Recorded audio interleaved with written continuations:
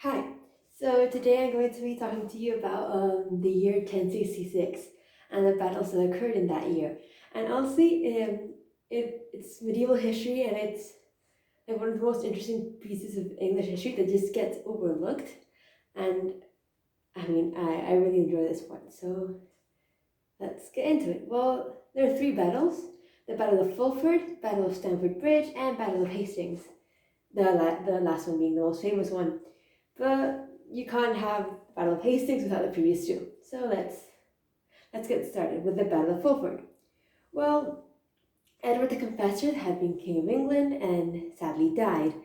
And this guy, Harold Godwinson, was crowned King Harold II on January 6th, 1066, right at the beginning. He was generally seen as a rightful king and had support in Wessex and the south of England. However, in the north, it was more independent and didn't rely that much, and they challenged the authority of those in the south, because the south where the king was, London. And think about London is there, the north is up there. There was less royal authority, so they were more independent. Well, Harold knew that there were threats to his throne. William of Normandy in the south, not in England, in Normandy. He was preparing an invasion, and Harold Hardrada, the king of Norway, and the king of Scotland also caused a threat. So he had to find a way to secure his throne. He did this using four tactics. In the short period of time when actually he was on the throne, he did four things. Firstly, he confronted Edwin and Morcar, two Anglo-Saxon earls who had done a rebellion but wasn't successful, so he controlled them. He actually married Edwin and Morcar's sister, Edith. He got Edwin and Morcar to defend the north against Harold Hardrada's threat, and he went south to secure William of Normandy's threat. So he had himself, he was in the south trying to secure that, and he sent Edwin and Morcar to the north to secure that. So a problem came when Tastig Godwinson went back to England. He had been sent into exile in 1065 by Harold, and the people of Northumbria, which was an area in England, had refused to accept Tastig as their earl. Well, because he had a really harsh rule, and he refused to accept and consider the concerns of people in Northumbria. So most people said, this guy is not going to listen to us. Why should we? Why should we want him as an earl? We don't want him. So Morcar, he replaced Tastig as the Earl of Northumbria. Harold Godwinson said, "Hey Morcar, you're gonna replace my brother. I think it's his brother." Anyway, well, when Tastig went into exile, he didn't do so quietly. He traveled to Scotland, then Normandy, and then Norway. Normandy, where William was, and Norway, where Harold Hardrada was, because he knew he would get support there. So he actually convinced King of Norway, Harald Hardrada, to assemble an army of 10,000 and sailed this army to the northeast coast of England. The resistance to this invasion was led by Edwin and Morcar, and the armies met at Fulford on the 20th of September 1066. And here is the actual Battle of Fulford. Like I said, occurring on the 20th of September 1066, so quite a few months since the ascension to the throne of Harold Godwinson. Well, I'm going to give you some few numbers so you can compare.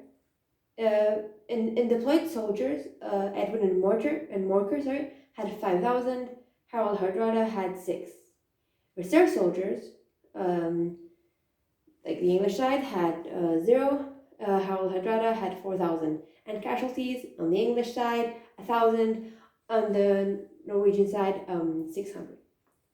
So what was the Norwegians obviously heavily outnumbered the English. And the outcome was a disaster for King Harold II.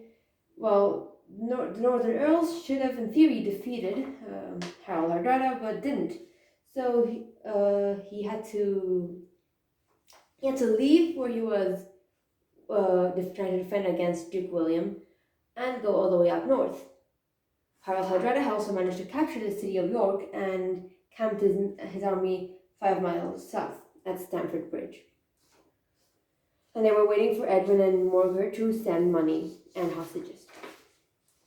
Well, King Harold was really mad and had to assemble an army in 2 days, around 15,000, which is quite a bit, And this army included 3,000 of his own elite troops, the housecarls. Well, he led this army afoot across 185 miles in 4 days. That's brutal for any army. Like such a long distance without. This was walking and maybe even riding for some, but there were no cars. There were nothing. It was just walking. So imagine how tired they were when they reached Stamford Bridge. They marched day and night, and it was so fast that Hardrada actually only knew where the king was when they were rushing towards them on the day of the battle. And this whole thing happened 6 days after the Battle of Fulford, and ended in an English victory. And this is the Battle of Stamford Bridge. So, like I said, it occurred on the 20th of September, 1066, just a few days after, like less than a week after the Battle of Fulford. Well, again, numbers. King Harold had 15,000, Harold Hardrada had 9,000. Yes, they are both named Harold. Yes, it can get kind of confusing. The casualties for King Harold II were 5,000, for Harold Hardrada were 4,000. So, I mean, in terms of casualties, they were similar, but because Harold II had more men, he was left with 10,000, and Harold Hardrada had been left with 5,000, so double. Well, the Norwegians were caught off guard. They didn't expect this huge army to just go all the way to Stamford Bridge in just 6 days. They had camped, some had camped at Stamford Bridge, like I said, and they were all killed. There's this story, and I do not know if this is true, but I remember when I was taught this in year 7, our teacher said that there was this one Viking on Stamford Bridge killing everyone who passed, and this Englishman went below the bridge and got this huge, I forgot the thing. I don't know the name, like huge spike. I forgot the technical name. He just put it through the bridge, killing the Viking, and that was actually the turning point of the battle. Well, like I said, those camped at Stamford actually all died, and there were some reinforcements, and only a small group of them actually escaped. Godwinson was killed, and Harold Hardrada was also killed. So that threat was over. King Harold did lose a third of his forces, but he still had 10,000 with him. However, 4 days later, he had to lead his troops to the south coast of England because Duke William was going to invade. Well, he was already in England, but, he had to defend that. Just think, they had marched all the way up north to Stamford Bridge and had to go all the way down to the south coast of England. Afoot, and some in horses, not all of them, but some in horses. So just that kind of easy, and it did take a heavy toll on the English army. Well, here comes the Battle of Hastings, the most famous battle out of all of them. Well, William, he was this Duke of Normandy, and had prepared an invasion force of 9,000 men and 700 transport ships, and landed in England just a few months after he did this. Well, he came ashore at Pevensey Bay in Sussex on the 28th of September. So just on the 26th of September, that was the Battle of Stamford Bridge. On 28th, it was when William arrived in England. He started building moat and bailey castles, which is a type of Roman castle, and used this castle as a base for which to raid other neighboring towns. He used it to raid for food, supplies, so he had a little stronghold there. Not heavily protected, but he was based there. Keep in mind that while this is happening, the king's forces had to march all the way down from the north, and they couldn't rest. Well, here comes the actual battle. Well, Harold, pre-battle, he had to march all the way back from Stamford Bridge. A third of his forces had died in Stamford Bridge, but another third had actually died on the way back down to the south. He did add to his army with the Fulford, which were a group of soldiers that weren't fully trained and had to fight for the king when needed. They weren't part of the English standing army, but they were like an extra source of men. They did boost Harold's army to 7,000 because by this point it was only 5,000, so 2,000 more were added. But these were like still inferior than those he had left behind, and they were less trained.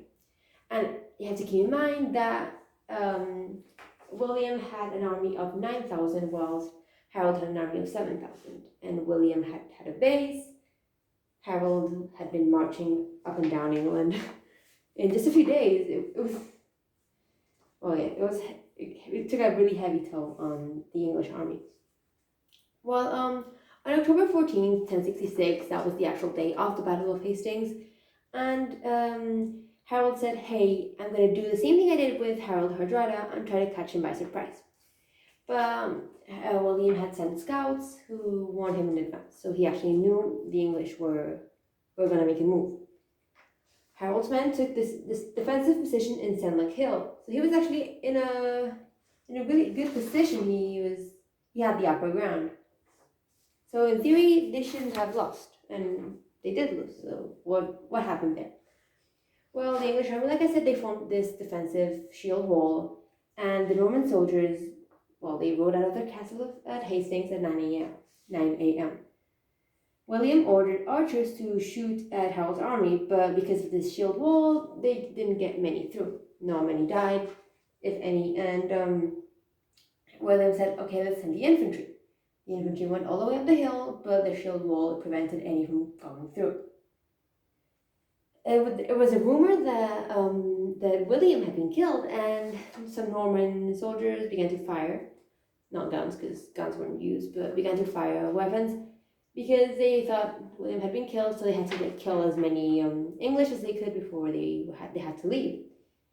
William decided to go up to the front of his army and said, hey, he took off his helmet and said, hey, I'm alive, I'm here, I'm not dead, let's continue fighting properly, please. And, he actually led the second attack. So the idea was, and this is what they actually did, with the cavalry, they would march up the hill. They would then feign a retreat and start going back. Well, the English thought, hey, they're retreating, let's go after them. So the English went after the Normans. Well, they turned around and led an attack on the English. Now, they had broken the defensive shield wall, so this is a really great opportunity for the Normans to actually take on the English. And they did, they defeated them. King Harold was shot in the eye around 5 p.m. and was killed. Really famously, I forgot the name, but there's a piece of art from this period, and it shows the arrow going into Harold's eye. And he was killed. Well, this happened, and the English army, very much like the Norman army when they thought William had been killed, became undisciplined and really chaotic and were massacred by the Normans. So essentially what the Normans were like before William said, hey, I'm alive, don't lose all organization because I'm still here. Well, their leader, the English king, had been killed, so they had no order. Harold's brothers, also Gurth and Leithwine, also died, and William clearly won. And that is the Battle of Hastings. Now, there are a bunch of reasons why William was successful. It wasn't just pure dumb luck, it was a bunch of stuff. Well, first of all, it was pure dumb luck, some part of it. Well, he wanted to invade in the summer, but there were strong winds, so he had to stay in Normandy before he had to wait a bit, wait the winds out, and then invade. Well, if he had invaded in the summer, he would have faced an English army that was twice as strong and probably would have been defeated. Then the reason Harold Hardrada invaded was because there were some favorable winds that would lead them to England. Those same winds allowed for William to also go to England.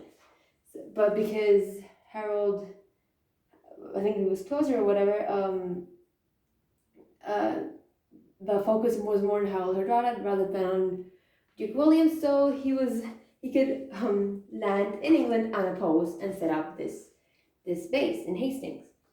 And well, when in the Battle of Hastings, when the king died, the battle stopped. I mean, some troops got on fighting, they were massacred, but there was no one to say, let's continue fighting the next day.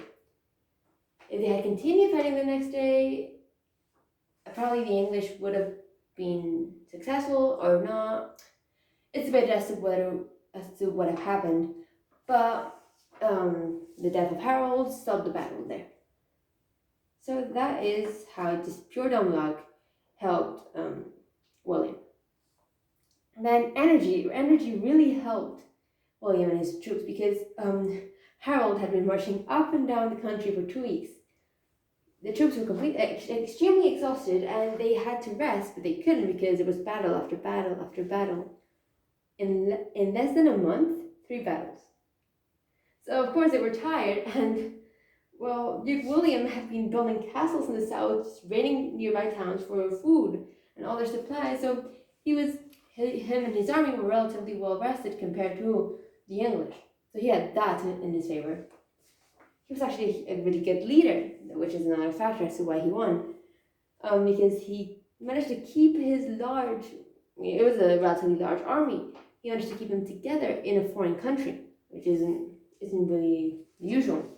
Normally when an army goes to another country, there's chaos. And he managed to boost his men's morale. Because, I mean, like when they thought he was dead, he actually went in front and said, hey guys, I'm still here. And most importantly, he managed to stay alive. Unlike King Harold and Harold Hardrada, they both died. William didn't. That is a big factor, because if you die, you can't win the battle. I mean, maybe your army could, but not you. And then the tactics, well, Duke William had actually been really experienced in the battlefield, and this technique, like I said, of sending the cavalry, and then feigning a retreat, and then attacking, he had tried that in Normandy and had been successful, so he thought, hey, let's do this against the English, and it worked. And that is 1066 and its battles. These led from Edward the Confessor, I think it was, to William the Conqueror. I mean, William the Conqueror, that's where he got his name, and he actually reigned from 1066 to 1087.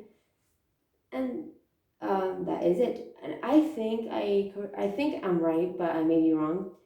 Tower of London, the structure was based on, it was constructed during William's reign, so it's kind of based on this Norman architecture. And yeah, that is it. The 3 battles: Battle of Fulford, Battle of Stamford Bridge, and Battle of Hastings. Just in a few, not even a few short months. In a month, 3 major battles, and two kings, Harold and William. Also 2 Harolds, Harold Godwinson and Harold Hardrada. Just chaos in England, and it just really gets overlooked. I mean, in some parts of England, in England itself, it is well known, but in the rest of the world, people just overlook this period of English history because it's medieval, it's a long time ago, over 1,000 years, not even 1,000 years ago, but almost 1,000 years ago, which I don't understand because it's really chaotic and really interesting. I don't know, I like historical chaos. So yeah, that is it. I don't know what else to say. So yeah, thank you for watching. Bye.